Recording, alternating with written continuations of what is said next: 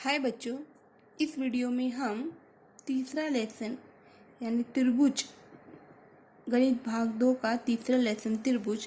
इस लेसन को पढ़ने से पहले हम इस लेसन की प्रमेय को पढ़ेंगे, जो है त्रिभुज के दूरस्थ अंतः कोणों का प्रमेय।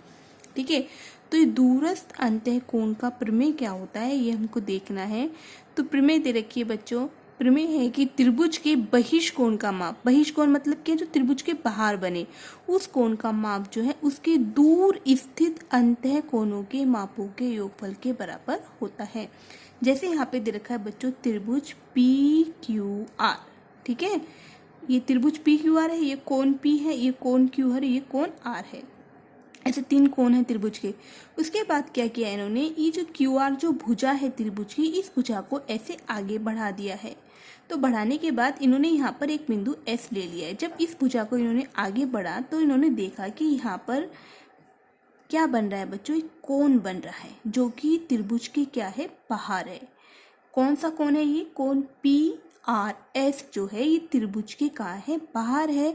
तो इस त्रिभुज के कोण का माप, इस त्रिभुज का कोण का माप जो है बच्चों इस वाले कोण को छोड़कर, इस वाले कोण आर को छोड़कर जो है कोण पी और कोण क्यू के योगफल के बराबर होता है। इसी हम दूरस्थ अंतः कोण का प्रमेय कहते हैं।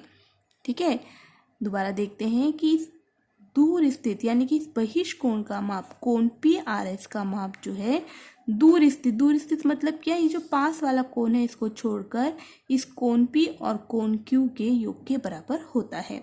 अब देखो कैसे सिद्ध करते हैं। दत्त लिख लेते हैं पहले।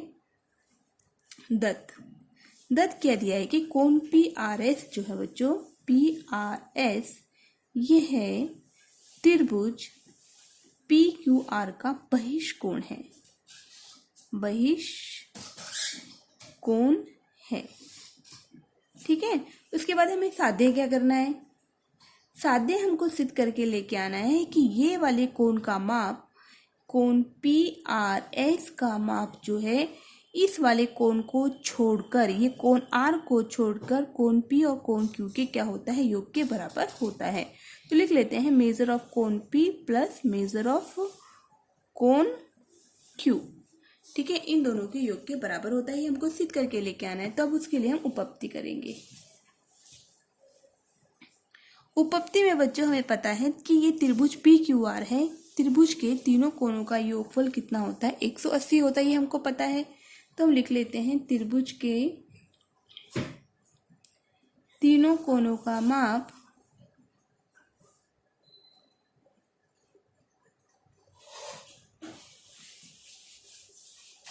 तीनों कोणों के मापों का योगफल, तीनों कोणों के मापों का योगफल 180 होता है, ऐसे लिखेंगे।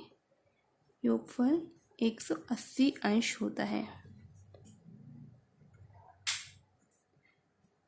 तो कोण पी कोण क्यू आर, तो लिख लेते हैं मेजर ऑफ कोण पी, मेजर ऑफ कोण क्यू और मेजर ऑफ कोण are.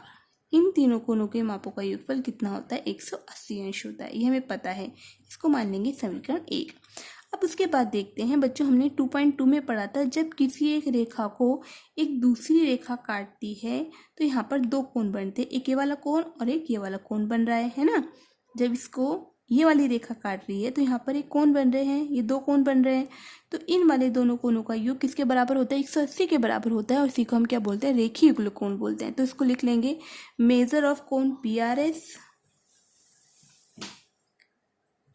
S plus measure of कोण आर बराबर 180 अंश। समीकरण 2 कारण लिखेंगे रेखीय युगल कोण, है ना। रेखीय युगल कोण से हमने लिखा है इसको, तो रेखीय युगल कोण लिखेंगे इसको। अब समीकरण 1 और 2 में अगर देखेंगे तो बराबर के इस साइड 180 है तो बराबर के इस साइड 180, ये दोनों मान आपस में क्या है, बराबर है। जब ये दोनों साइड बराबर है तो ये दोनों भी आपस में क्या होगी, बराबर होगी। तो समीकरण 1 व 2 से, 1 व 2 से, तो पहले 1 का उतार लेते हैं, कोण पी कोण क्यू कोण आर बराबर अब ये वाली साइड लिख लेते हैं, मेजर ऑफ कोण P R S plus measure of कोण आर। तो अब देख रहे हैं कोण आर इधर भी है और कोण आर इधर भी है, तो आपस में क्या हो जाएगा, एक कट जाएगा। ठीक है, तो बाकी उतारा हुआ लिख लेते हैं, कोण पी कोण क्यू बराबर कोण पी आर एस। ठीक है, तो हमने सिद्ध करके दिखा दिया कि इस बहिष कोण का माप ये पी आर एस का मान जो है कोण पी और कोण क्यू के योगफल के क्या होता है, बराबर होता है। ठीक है, इसी को ही हम बच्चों क्या बोलते हैं, दूरस्थ अंतः कोण प्रमेय। मतलब दूरस्थ अंतः कोण मतलब इस कोण को छोड़कर दूर स्थित कोण के मापों के योगफल के क्या होता है, बराबर होता है। ठीक है, अब बच्चों हमेशा याद रखना कि कोण पी आर एस का मान जो है, इस कोण पी आर एस का मान जो है हमेशा बड़ा होगा, इस वाले कोण से भी बड़ा होगा। तो किससे बड़ा होगा, मेजर ऑफ कोण पी से। ठीक है, मेजर ऑफ कोण पी से क्या होगा, बड़ा होगा। उसके बाद इस कोण पी आर एस का मान जो है, ये बड़ा का निशान है बच्चों। ठीक है, ये बड़ा होगा, हमेशा कोण क्यू से बड़ा होगा। कहने का तात्पर्य है कि कोण पी आर एस का मान जो है हमेशा इस वाले कोण से भी बड़ा होगा और इस वाले कोण से भी बड़ा होगा। इसके बाद आगे का वीडियो हम अगले भाग में देखते हैं।